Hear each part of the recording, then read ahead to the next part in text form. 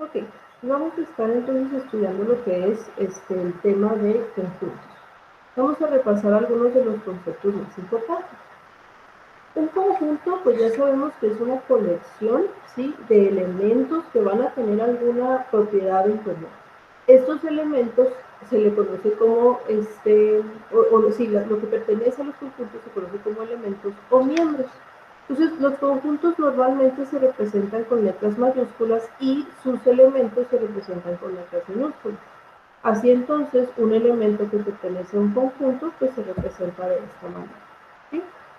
Sabemos también que existen varias maneras de representar los conjuntos, en forma tabular, en forma extendida, etcétera, etcétera, y estas se representan entre llaves. Entonces, cuando tenemos, por ejemplo, un conjunto en forma extendida, pues lo que hacemos es enlistar cada uno de los elementos que pertenece a él. Y cuando tenemos un conjunto en forma descriptiva, entonces lo que hacemos es dar una descripción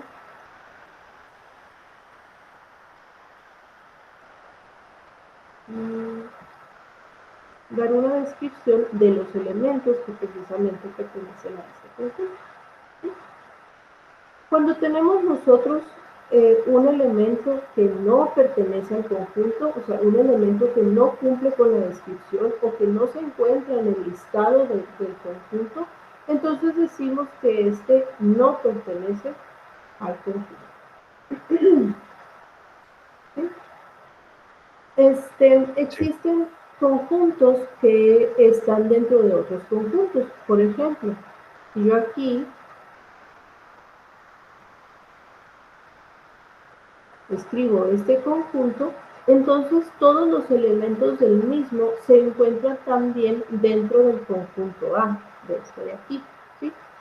Esto quiere decir que el conjunto B está contenido en el conjunto A o que es un subconjunto de A. Entonces, cuando todos los elementos de un conjunto aparezcan también en otro conjunto, quiere decir que este es un subconjunto. Si llega a suceder que B es un subconjunto de A y que A es un subconjunto de B, entonces lo que tenemos son conjuntos iguales.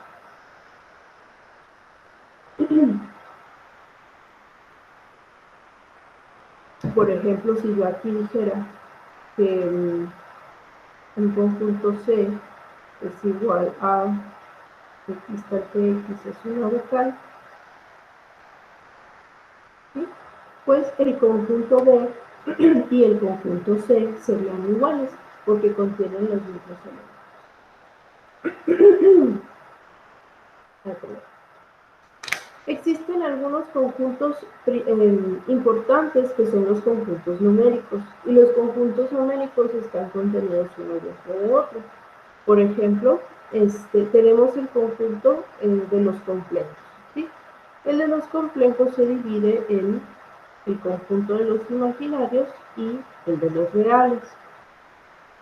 A su vez, el conjunto de los reales se divide en racionales e irracionales. Los números racionales contienen a los números enteros. Los números enteros contienen a los números naturales. Y los naturales contienen a los primos. Entonces, un diagrama de árbol de los conjuntos de números se vería de esta manera. Yo puedo decir entonces, por ejemplo, que el conjunto de los naturales es un subconjunto de todos los conjuntos que estén por arriba de él. Es decir, los naturales son un subconjunto de los enteros, de los racionales, de los reales y a su vez de los complejos. ¿Sí? Y también sirve de arriba hacia abajo. Por ejemplo, aquí el conjunto de los reales es un superconjunto de los irracionales, los racionales y todos los que estén debajo de ellos. Entonces, hablando de conjuntos así importantes. El conjunto de los números complejos pues son todos aquellos que tienen la forma de A más BI, donde A es una parte real y B es una parte imaginaria. El conjunto de los números imaginarios son aquellos que nacen de la raíz cuadrada de un número negativo. El conjunto de los números reales pues es la recta como la conocemos. Los racionales ya sabemos que son todos aquellos que se pueden expresar como B sobre A, donde B y A son enteros. Y los irracionales son aquellos que no se pueden expresar como una fracción. O sea, no tienen una definición por sí misma, sino que solamente son los que no se pueden expresar de esta forma. Luego, los números enteros que son los números negativos, los positivos y el cero, en donde su expresión racional ¿sí? No es un número decimal periódico. Los números naturales son el conjunto de los números enteros positivos, o sea, del 1 hasta infinito. Y los primos, pues ya sabemos que son aquellos que se pueden dividir únicamente entre sí mismos y la unidad. ¿Sí?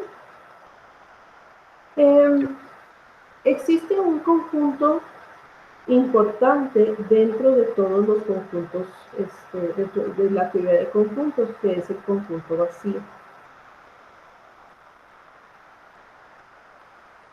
El conjunto vacío lo representamos como dos llaves, esas son llaves, dos llaves vacías o con la letra griega phi. El conjunto vacío está presente en la teoría de conjuntos porque tenemos un teorema que nos dice que para cualquier conjunto A, entonces el conjunto vacío es un subconjunto de A. ¿Sí? Esto quiere decir que el conjunto vacío es un subconjunto de cualquier conjunto que nosotros tengamos. Y esto lo podemos demostrar de la siguiente manera. Vamos a, cuando un conjunto es subconjunto de otro, como dijimos ahorita, es porque dado un elemento que pertenece al primero, este elemento también debe de pertenecer al segundo, ¿sí? O sea, dado cualquier elemento que pertenece al primer conjunto, si este pertenece al segundo conjunto, entonces se llama subconjunto, ¿sí? Entonces, esta implicación nos habla acerca de un subconjunto, o de la definición de un subconjunto. ¿Sí? Pero ahora, esta implicación pues tiene la forma de un condicional de P entonces Q. ¿Sí? Pero el antecedente, lo voy a poner, ¿sí? Pero en este caso el antecedente es falso, porque si tenemos un conjunto vacío, pues no podemos tener un elemento que pertenezca a él. ¿Sí? Entonces, no sé si se acuerda, pero en la implicación, o sea, en los elementos del tipo P, entonces Q, cuando el antecedente es falso, el argumento es verdadero. Entonces, dado que el antecedente del condicional es falso, o sea, el condicional, es verdadero. Así entonces, pues llegamos a la conclusión de que nuestro argumento es verdadero y quiere decir que el conjunto vacío va a ser un subconjunto de cualquier conjunto A. Sí. Ahora, existen tres operaciones principales hablando de conjuntos. Existe la unión, que se escribe como A unión B, y su definición es un nuevo conjunto, o sea, la unión de dos conjuntos es un nuevo conjunto tal que X pertenece a A o X pertenece a B. La intersección, que se escribe como A intersección B, es un nuevo conjunto de elementos tal que pertenecen a A y pertenecen a B. Y por último, la resta o complemento, que se escribe como A menos B, o también así como A menos B, o también como A menos B. ¿Sí? La resta o complemento es un conjunto de elementos tal que pertenecen a A y no pertenecen a B. ¿Sí? Entonces, con estas definiciones y sabiendo así un poquito en general de lo que es los conceptos de teoría de conjuntos, podemos proceder nosotros a hacer las demostraciones de los teoremas principales de la teoría de conjuntos. Por ejemplo, tenemos el siguiente teorema. Dice, sean A y B subconjuntos de un conjunto universal. Entonces, tenemos que A intersección U menos B es igual a menos B. Entonces, básicamente lo que nos dice aquí es que la intersección de A con el complemento de B es igual a la resta de A menos B. Y queremos demostrar esto. Vamos a ver qué es lo que tenemos que plantear o cómo es que tenemos que plantear esta demostración. Como queremos demostrar una igualdad entre conjuntos, tenemos que plantear dos cosas. Nosotros dijimos que dos conjuntos van a ser iguales si se cumple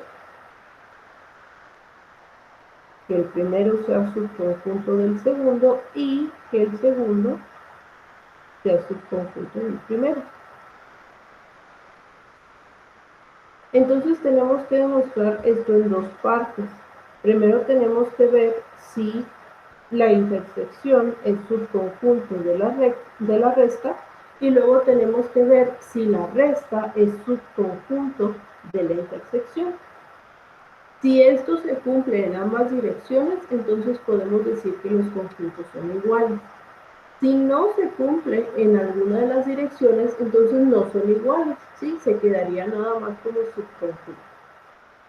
Ahora, para determinar si un conjunto es subconjunto del otro, lo que tenemos que hacer es proponer un elemento arbitrario en uno de ellos y ver si ese mismo elemento aparece en el siguiente conjunto. Si eso sucede, entonces podemos decir que son subconjuntos. ¿Okay? Entonces, vamos a ver la demostración. Primero, demostramos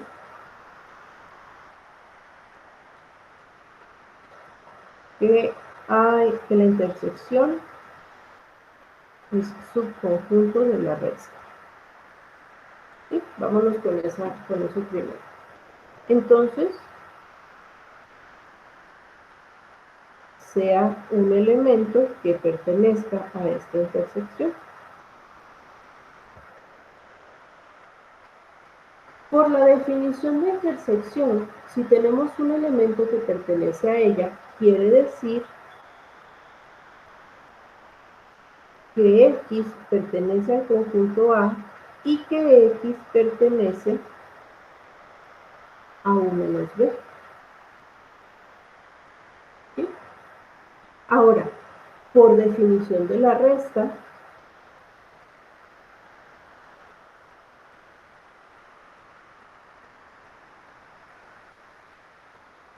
X pertenece al universo y X no pertenece al conjunto B.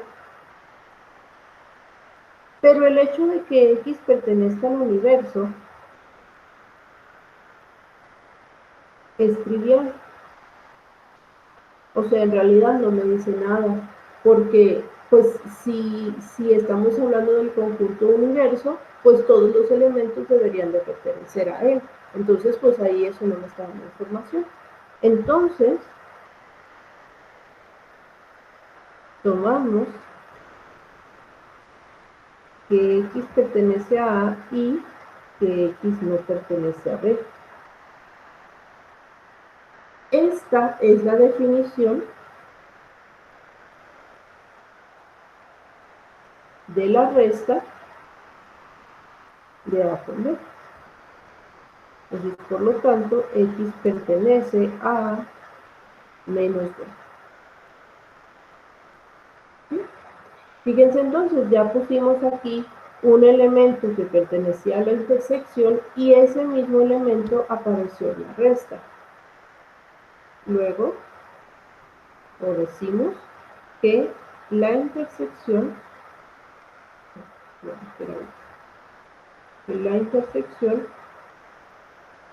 es un subconjunto de la resta. ¿Ok? Y ya tomamos entonces la primera parte. Ahora tenemos que demostrar de regreso o en la otra dirección. Entonces, conversamente, recuerden que el converso era en dirección contraria. Entonces, conversamente, demostramos ahora que la resta es subconjunto de la intersección. Y para demostrar esto, pues vamos primero que nada a colocar un elemento en la resta y ver si ese elemento aparece en la intersección. ¿Sí? Entonces, si X pertenece a A menos B, entonces X pertenece a A y X no pertenece a B. ¿Sí? Pero, como nosotros sabemos que A es un subconjunto del conjunto universal, porque fue lo que dijimos al principio, y ya sabemos que X pertenece a A, pues, como X es un subconjunto de U, entonces X pertenece a U también. ¿Sí? Por lo tanto,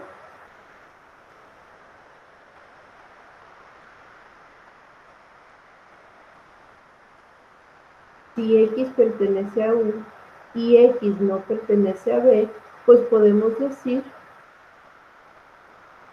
que X pertenece a B complemento o a la resta de U menos B. Además, X pertenece a A, que fue lo que dijimos aquí arriba.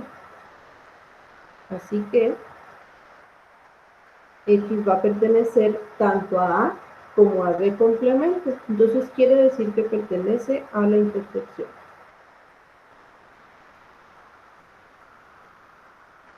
Y listo. Tuvimos entonces un elemento en la resta y ese mismo elemento apareció en la intersección. Entonces podemos decir que la resta de A menos B era un subconjunto de la intersección.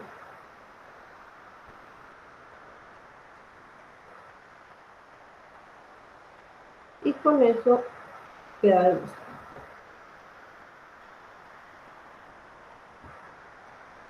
¿Ok? ¿Se entiende? ¿Está claro esta parte? Sí, está bien.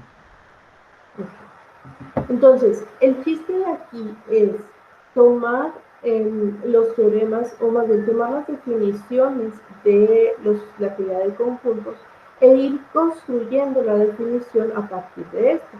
Siempre que nosotros busquemos demostrar una igualdad entre conjuntos, lo que tenemos que hacer es demostrar que uno es subconjunto del otro y el otro es subconjunto del primero, ¿sí?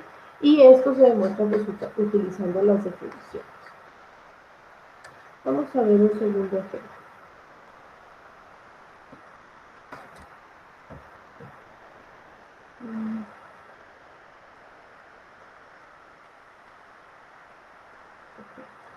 Esto es parte de un teorema que viene en la página 42 y ese teorema lo vamos a ver más detenidamente en la siguiente clase.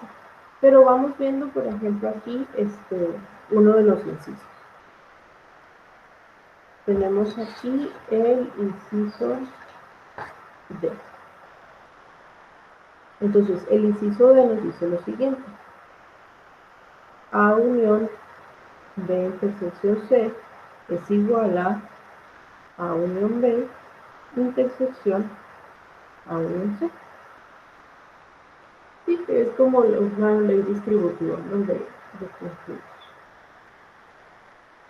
Entonces, en este caso, pues lo mismo, buscamos demostrar que este conjunto es subconjunto de esta intersección y que la intersección es subconjunto de la unión, para así demostrar que estos conjuntos son iguales.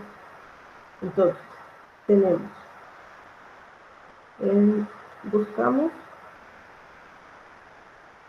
demostrar que vamos primero con la unión es subconjunto de la intersección.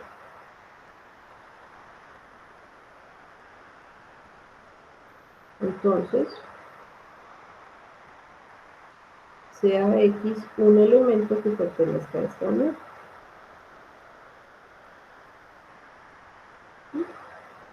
Por definición de la unión, vamos a tener que X pertenece a A o X pertenece a B intersección C. Como aquí tenemos una disyunción, lo que tenemos que hacer es verificarla o hacer esta demostración por casos, que si nos vamos a las tautologías de la página 23, esto corresponde a la tautología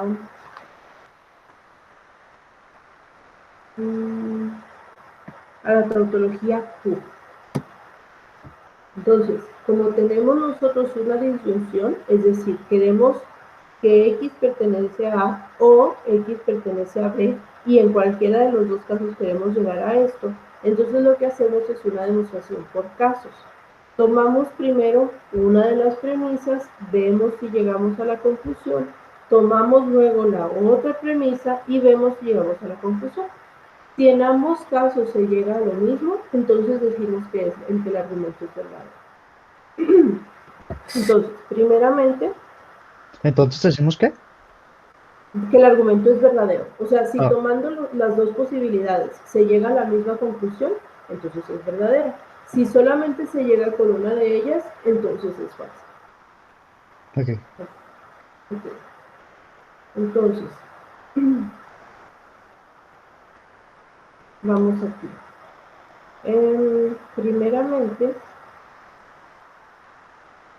Primeramente considero que X pertenece a A. Si esto sucede, o sea, si X pertenece a A, por definición, X va a pertenecer a cualquier unión que se haga con el conjunto A. Por definición, X es un elemento de cualquier unión con A. O sea, que X va a pertenecer a la unión de A con B y X también va a pertenecer a la unión de A con C. ¿Sí?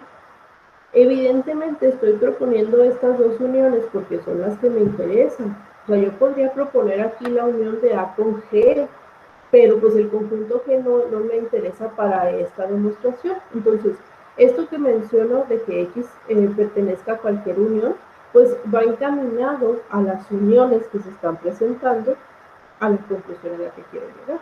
¿Sí? Entonces, X pertenece a la unión de A con B y a la unión de A con C. Por lo tanto, como pertenece a ambas uniones, pues va a pertenecer a la intersección de las mismas. Va a pertenecer a la intersección de las mismas. ¿Sí? Y entonces ya quedó demostrado el primer caso. Ya tomamos que X pertenece a A y llegamos a que esa X pertenece a la intersección de estas dos uniones. Vamos ahora con el segundo caso.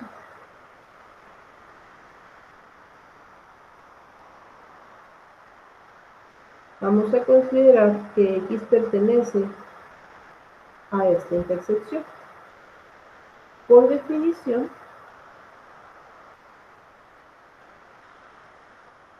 pues X pertenece al conjunto B y al conjunto C.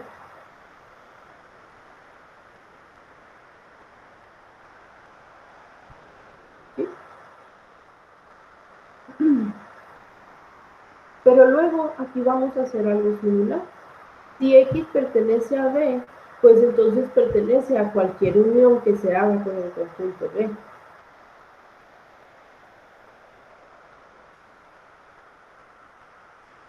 En este caso, a unión B.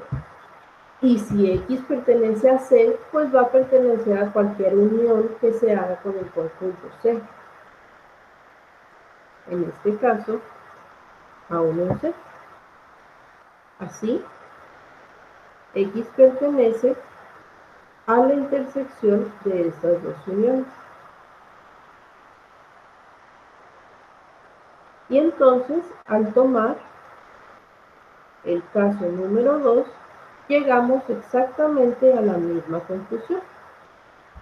Por lo tanto, podemos decir que esta unión pertenece, o es un subconjunto, perdón, que la unión es un subconjunto de la intersección. Entonces decimos que A unión B intersección C es un subconjunto de A unión B intersección A unión C. Y ya demostramos la primera condición que estábamos buscando. Si lo dejáramos hasta aquí, lo único que podemos decir es que la unión es un subconjunto de esta intersección, pero todavía no podemos decir que son iguales. Para poder decir que son iguales hay que demostrar el converso. Entonces, conversamente,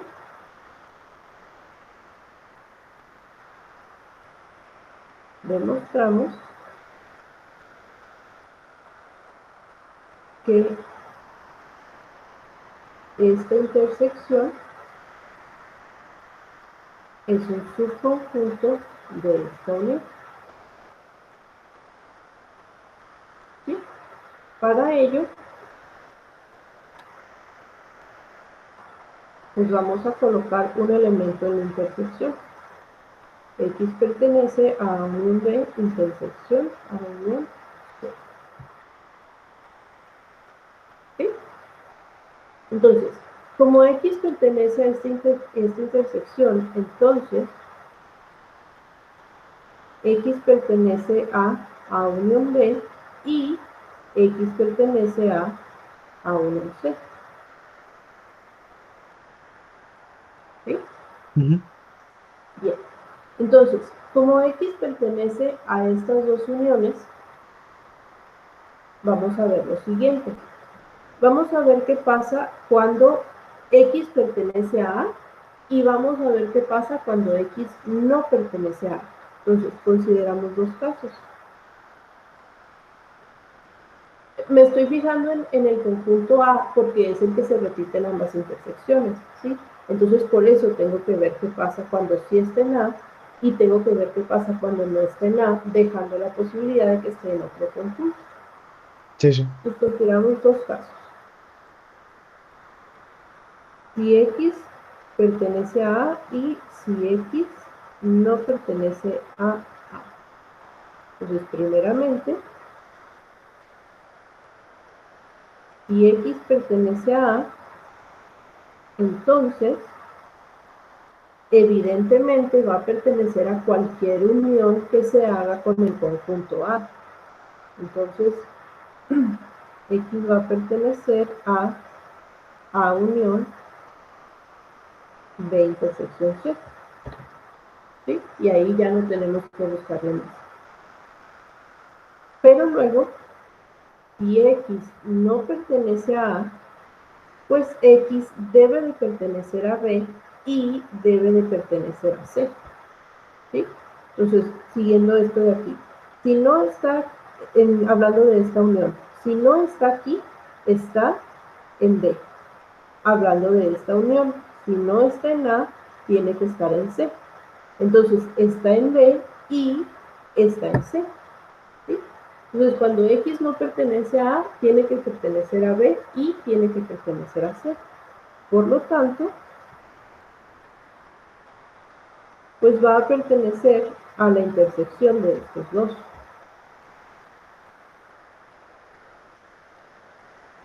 Pero si pertenece a esta intersección, pues pertenece a cualquier unión que se haga con ella.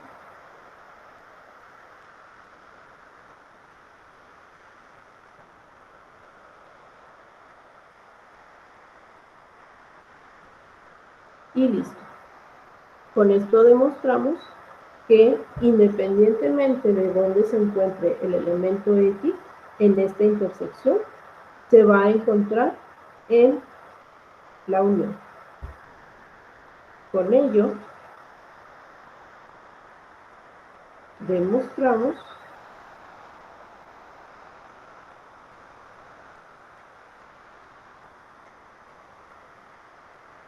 que A unión B intersección A unión C es un subconjunto de A unión B intersección C. Y con esto queda demostrado entonces el teorema. ¿Sí? Ya que se demuestra el converso, pues se demuestra la igualdad que estamos buscando. ¿Sí? ¿Alguna pregunta con esto? No, todo bien. Muy bien. Entonces, ¿el converso se usa más en teoría de conjuntos? El converso se utiliza así cuando estamos demostrando un sí, solo sí, para indicar que vamos en el otro sentido. O sea, que hicimos una Mm, demostración para acá y cuando hablamos del converso, la demostración va de aquí para acá. ok.